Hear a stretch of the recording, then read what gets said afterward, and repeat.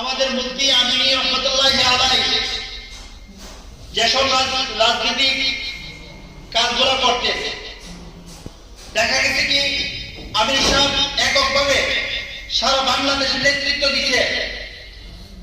এই নেতৃত্বের মাধ্যমে সারা বাংলাদেশের ওলামায়ে কেরামরা অনেকে হাসছে, আরে আমিনীর কথা কে শুনছে। আমিনী সাহেব এককভাবে আমিনী সাহেব একটা কথা বলতো, হিম্মত নিয়ে তুমি কাজ করো। তুমি মনে মনে ভাববা তোমার পিছনে হাজার হাজার মানুষ আছে, তুমি একক এরকম মনের ভাব নিয়ে কাজ করে না। কাজ করবা কি, তুমি মনে মনে ভাববা তুমি একক ভাবে একটা সারা দিছো, হিম্মত নিয়ে সারা বাংলাদেশের মানুষ তোমাকে নিয়ে বইবে। যেরকম শেখ হাসিনা আমিনী সাহেবরে বইবে, মারাত্মক বইবে। এই হিসাবে আমরা ওলামায়ে কেরাম এই চাঁদপুরা হিলকুল ফুতুল সংগঠন, এই সংগঠনের মাধ্যমে যে অনেক কাজগুলো আছে আমাদের সমাজে, এখন অনেক কাজগুলা হইতেছে, অনেক ইয়াবাদ হইতেছে, কেউ সব কিনে বাধা দিতে পারতেছে না, অনেকে জুয়া খেলতেছে।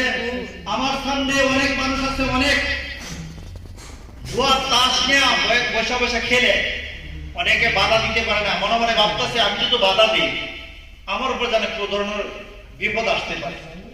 এই যে একটা মনে ভাব নিয়ে আসে সমাজের মধ্যে আগে থেকে বিশৃঙ্খলা সৃষ্টি হইতেছে, বায়ে বায়ে মারামারি করতেছে, কেউ বাধা দিতে পারে না।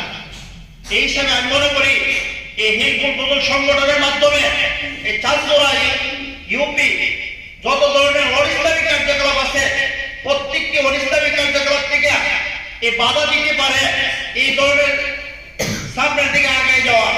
আমাদের এই যে ওলামায়ে কেরাম আছেন চান্দরা ইউপি, এই প্রত্যেকটি ওলামায়ে কেরামদেরকে আবার কথা থাকবো, আপনারা সামনের দিকে আগে যাবেন।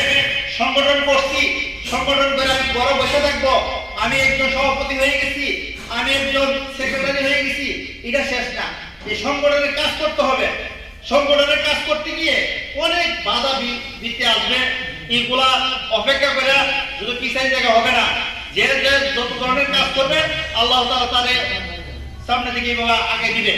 এ বলে আমার কথা শেষ করলাম। আসসালামু আলাইকুম ওয়া রাহমাতুল্লাহি ওয়া বারাকাতুহু।